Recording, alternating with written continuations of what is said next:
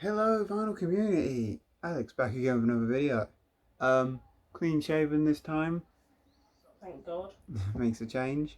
Um, Continuing on with my series on the best albums of the 80s, kind of going through each year and picking my favourite albums from those years. Um, I explained last time when I did my top 10 albums of 1980 what I'm doing. But I'll quickly explain it again in case you didn't see that video. About 3 or 4 years ago, Vinyl Richie started a thread of Gimme 10 from 1980, and then Andy Borders, who back then was known as Andy's Vinyl Den, he continued it on and kind of went all the way through the 80s. So that was how it started. I did do this back then, but never finished it because I, at the time, only had like I think 5 or so albums from 1989. That's obviously changed now, but back then my collection was nowhere near as big as it is now. Um, but yeah, I decided I would redo that series instead of just doing my 1989 video. I wanted to go back and redo it because I know my taste in music has changed a lot since those videos, and I kind of wanted to bring this back. Um, so I'm gonna redo it. Honorable mentions, obviously, like I said last time, if there's an album of yours that you love that you think should be in this list, it's probably going to be an honorable mention. Um, but I'll list a couple kind of on the screen, or no, in the description below. A couple of honorable mentions, a handful of them, so you guys kind of get an idea of albums that I was thinking of putting on this list but didn't, because these 10 I'm going with, I will say, is definitely my 10 favourite albums from 1981. Also, quick disclaimer, it's my opinion, so this is my list. You might take a look at some of these albums, think some should be higher, think some should be lower. We all have different opinions on what we think, so this is just my ranking. Let me know what yours would be down in the comments. Let's get that going. So 3 minutes in, let's get into some vinyl. So coming in at number 10 for me is the Rolling Stones' Tattoo You. This album, I was going to say it came out in 1981, but that's kind of what this whole video is about. I have been really open before about how much I love 80s Stones. I think it might be my favourite era for them, because I mean there is stuff from the 60s and stuff from the 70s that I love, but there's nothing from the 80s that I really dislike from them. So I mean, not a favourite band of mine, but they're a band that I appreciate and do get on board with. So, and this album was, I will say, was probably my introduction to them. The first album of theirs that I owned, the first one I listened to all the way through. So it does have that sentimental value behind it. But yeah, it's an absolutely incredible album. Opens with the song "Start Me Up," which is I think a really good song. But obviously, I'm going to think everything on here is amazing. So yeah, "Tattoo You" by the Rolling Stones. As much as I love 80s Stones, it isn't my favourite Stones album. But it is well worth a mention for me. So I know there's people out there that might hate this album. I know there's people out there that don't like 80 Stones anywhere near as much as I do, but what are you going to do? There it is. So coming in at number 10 is Tattoo You by the Rolling Stones. Number 9 for me is Marvin Gaye's In Our Lifetime. Um, Another album that's kind of underappreciated in my opinion, one that's underlooked, and maybe one of Marvin Gaye's last great albums. Um, Absolutely incredible stuff on this one. Um, just really good. The Funk Me is probably my favourite song on here. Love is your Life is for learning. Um,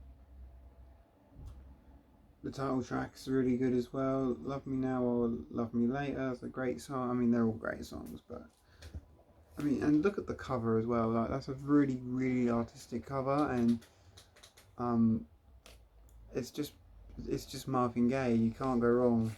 Um, but yeah, I definitely think this album's underappreciated, and I definitely overlooked this album early on in my record collection. I didn't really know it that well, but after diving deeper into his catalogue, this is maybe one of my favourite Marvin albums, and yeah, one that should be, I think, appreciated more and probably revisited if you're into soul, Motown, you're into Marvin Gaye. I definitely think this album needs to be rediscovered.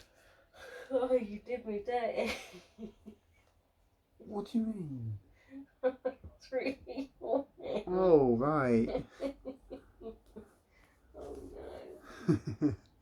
Anyway, number 8, Duran Duran, their self-titled debut album. A band I really love from the 80s. They're one of my favourite 80s bands. But this isn't my favourite album from them, but it's still a good one because you've obviously got Girls on Film on here, Planet Earth, Careless Memories, Night Boat. Just an incredible album, really, really good from them. A great debut, and yeah, just really, really worth every, being a Duran Duran album. You definitely know it's a Duran Duran album from the sound, and it's an 80s album from the sound of it as well. But yeah, I just love this album. It's just a shame it's so low on the list because there's other albums that I listen to a bit more. And yeah. Anyway, Evelyn King, I'm in Love. This is number 7 on my list. Another perfect album in my opinion. Funk, soul, R&B, kind of stuff here. She did a lot of work with Kashif, who if you're a regular on my channel, you've heard me talk about him before. But yeah, really, really nice stuff here. It even says assistant producers Kashif and Lawrence Jones. There, Kashif. Really good. Actually, the title track to this album all features in the game GTA 5. Yes, it does. So that's good. If You Want My Loving's a great track on here. The Other Side of Love's brilliant. The Best Is Yet to Come. I think this whole album's just flawless, but again, that's just me. I really, really love Evelyn King, and this album is nothing to lift your nose up at, basically. Really good stuff from her. Number 6. Hall & Oates, Private Eyes. I know that there are going to be people out there who are like, how can you put Hall & Oates above Duran Duran, Marvin Gaye, Rolling Stones? But honestly, this is one album I've always loved, from the title track to I Can't Go For That to Looking For a Good Sign, Your Imagination. Just an absolutely, just a really, really good album. And I do like Hall & Oates quite a bit, and I do try and collect their stuff when I find it. Haven't picked any up for a while because I always see this H2O, and like Best of All the Notes, which I already own. So there's that one. At number, was it 6? Yeah, 6. Private Eyes by Daryl Hall and John Oates. Number 5. I talked about them last time. I'm talking about them again. This could be my favourite album from this band, but there's another one that it could be potentially, and that is The Police. This is Ghost in the Machine.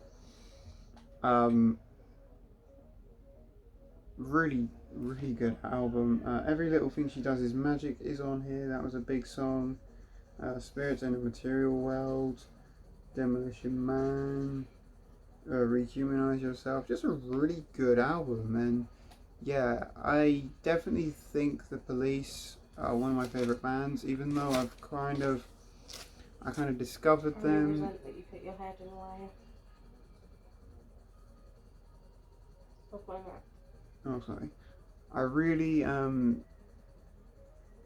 they're one of them bands I kind of discovered, then didn't stop listening to, and then rediscovered and fell in love with all over again. And this album definitely helped with that, and that's why it's higher than if I'd mentioned it in my previous top 10 of 1981 video. It's probably higher than what it was before, just because I appreciate The Police a lot more than I did 3 or 4 years ago. Yeah, there's The Police. Really, really good album there. Great stuff. And here's another band I mentioned in the last video as well, and this I would say is probably my favourite album from them. This is AC/DC's For Those About to Rock, We Salute You album. The title track is obviously incredible. Evil Walks, COD, Night of the Long Knives, which obviously closes this album.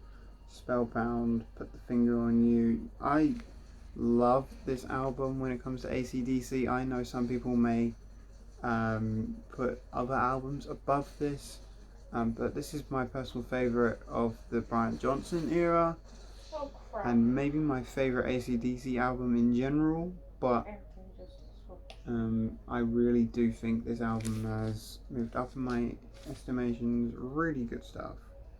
And yeah, just absolutely flawless album in my opinion. So yeah, that is why I cannot put it any lower on my list. The only reason the 3 albums that are above it is because I probably spin them just a little bit more. But I do really love that album. Number 3, Dare by the Human League. You guys know this. This has a lot of big songs on it, from Don't You Want Me and Love Action on here as well. Just a really, really good album. Arguably their best album as well.